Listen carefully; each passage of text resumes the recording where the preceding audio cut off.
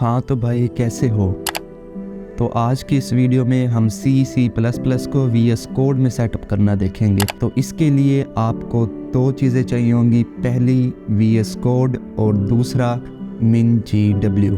तो जल्दी से अपने फेवरेट ब्राउज़र पे आ जाना और यहाँ पर लिख देना VS कोड इंस्टॉल। लिंक को क्लिक करते ही पहले लिंक पे क्लिक कर देना और उसके बाद कुछ इस तरह की विंडो खुल जाएगी। यहाँ पर जाना और विंडोज़ वाले बटन पर क्लिक कर देना और सेटअप को डाउनलोड कर लेना। सेटअप डाउनलोड करते ही आपके पास एक फ़ाइल आ जाएगी। VS कोड की इस फाइल पे डबल क्लिक करके इसको इंस्टॉल कर देना। सिंपल से नेक्स्ट पे क्लिक करना और यहाँ पर जो जितने भी चेक बॉक्सेस नज़र आ रहे हैं सब पे क्लिक करके नेक्स्ट पे क्लिक करना और ये इंस्टॉल हो जाएगा। अब आते हैं हम अपने दूसरे टूल की तरफ जो कि है MinGW। अब MinGW क्या है? ये एक कंपाइलर है जो कि C++ के लिखे गए कोड को कंपाइल करके बाइनरी लैंग्वेज में कन्वर्ट करेगा। क्योंकि अगर हमने VS कोड में MinGW ना किया तो C++ का कोड कुछ इस तरह होगा।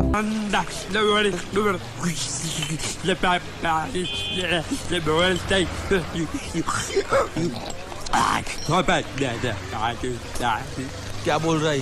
उबला हुआ अंडा मांग रहा है।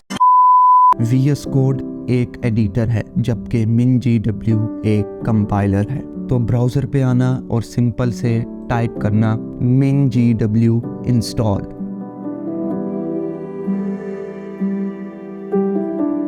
ये सर्च करते ही आपके सामने ये पेज ओपन हो जाएगा।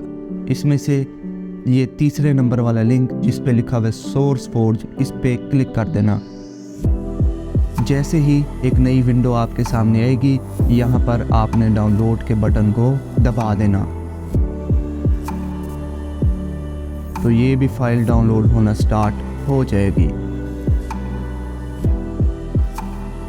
अब बारी आती है MinGW को इंस्टॉल करने की।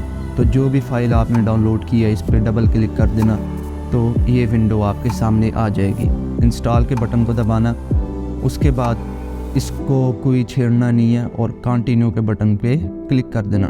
कंटिन्यू के बटन पे क्लिक करने के फ़ौरन बाद ही आपके सामने ये इंस्टॉल होना शुरू हो जाएगा।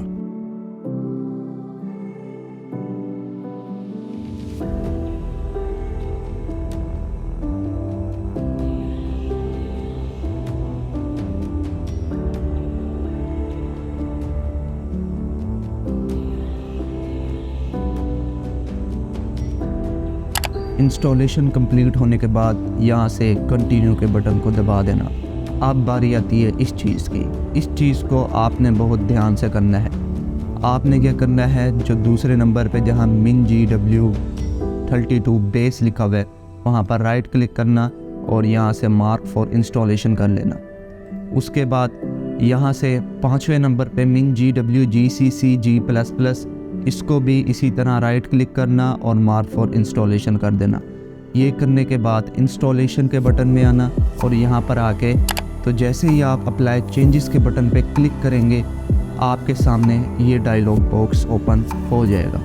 अब सिंपल से क्या करना है, अप्लाई के बटन पे क्लिक करना है और ये सारी फाइल्स डाउनलोड होना स्टार्ट हो रही हैं।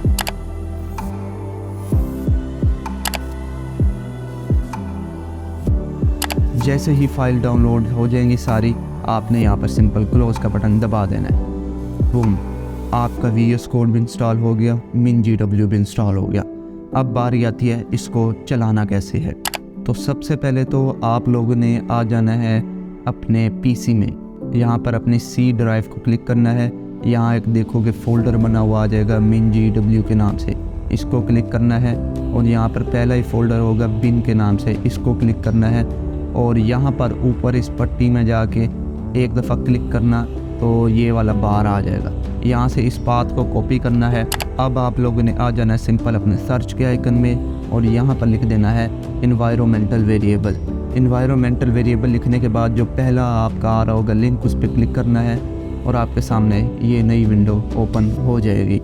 यहाँ पर सिंपल आखिर में देखो इन्वायरमेंटल वेरिएबल लिखा हुआ आ रहा है, यहाँ पर क्लिक करना है तो एक नई विंडो ओपन हो जाएगी। यहाँ पर क्या करना है, यहाँ पर आप लोगों ने ये दूसरे वाले डब्बे में आके क्लिक कर देना है पाथ पर, एडिट का बटन दबाना है।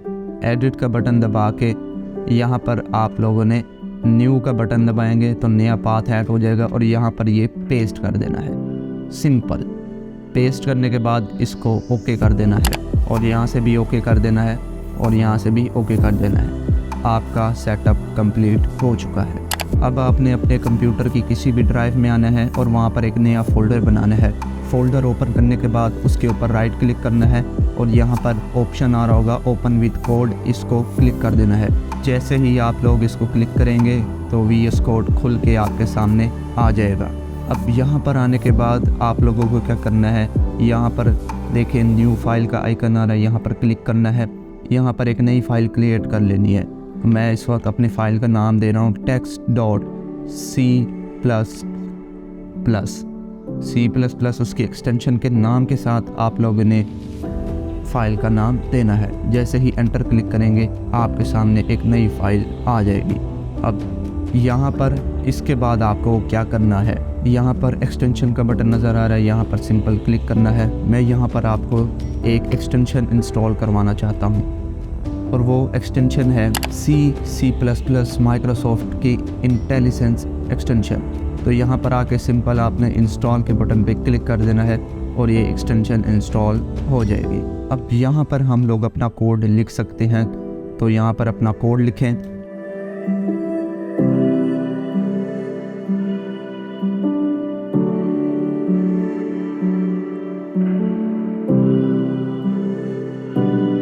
अब बारी आती है इसको रन करने की। तो एक तो तरीका ये है कि राइट क्लिक करके इसको रन करें। दूसरा मैं आपको यहाँ पर भी एक कमाल की एक्सटेंशन बताना चाहता हूँ।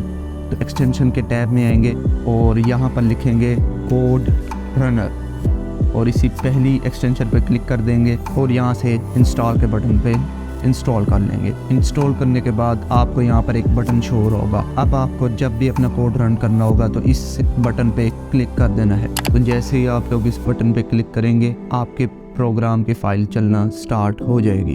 अब कुछ लोगों का ये आउटपुट इस टर्मिनल में नहीं बल्कि इस आउटपुट वाली पैनल में आ रहा होगा, तो उसका भी मैं आपको हल बता देता हूँ।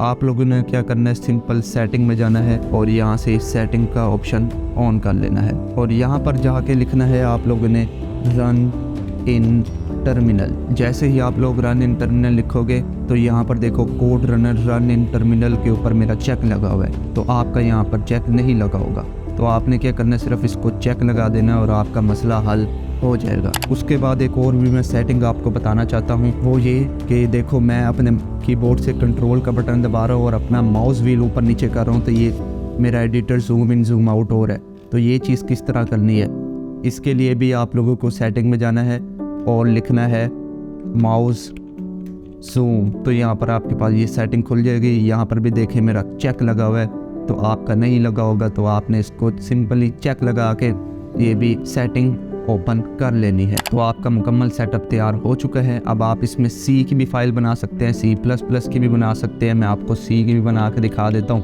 तो C के साथ सिर्फ एक्सटेंशन चेंज हो जाएगी C, तो यहाँ पर आप अपने C का भी प्रोग्राम लिख सकते हैं।